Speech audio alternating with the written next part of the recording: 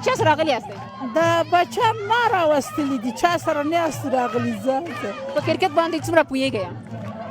تر اخر درجې ووایه نو. تر اخر درجې پورې پوهېږي. ښه داسې ورته ووایه ښه بالینګ چا ښه وکړه نن؟ چا نن ډېر ښه بالینګ وکړه؟ وزه بیا دلته نه پوهېږم، مخ اړوم وخت یې آوټ کړی. تلویزیون ته چې بیا ناست یم بیا وایم فلاني ښه بال وکړه، فلاني ښه کنه تکرار بیا راوښي. دلته چې مخ اړوم یو یې آوټ کړی یي. بیخي زه نه وایم چې د راشد اورونه تېر نه دي، بیا وخت خلاص شو.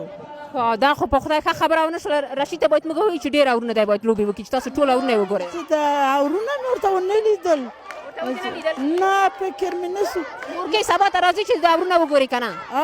چې د راشد لوبه همغه ورځ راځم. صرف د رشید مینهوال هستئ؟ نه د راشد نه، زه د ټول ټیم.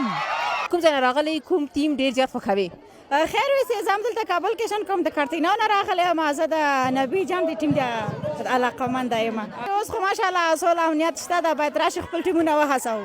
مې زهرا د همدې کابل یم، د مکریان څخه راغلی یم. کوم ټیم د ډېر زیات خوښ دی او کوم لوبغاړی د ډېر خوښ دی؟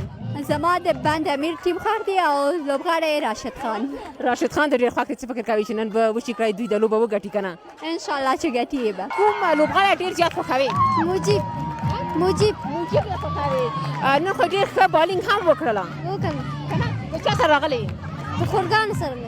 دلته ډېرې زیاتې شمېرې خوران راغلي ده، ته بله خور هم دلته درېدلې ده. ته د کوم ځای نه راغلې؟ زه د کابل نه د درې قرغې نه راغلی یم. سبا ته راځې لوبې ته؟ ولې نه؟ داسې ورته ووایه چې کوم لوبغاړی ډېر خوښ دی؟ ټول لوبغاړي مې خوښوي، خو طرفدار ډېر د راشد یم. کوم لوبغاړی ډېر خوښ دی او کرکټ ته څومره مینه لرې؟ زیاته مینه لرم، بې حده راشد ارمان مې خوښ دی.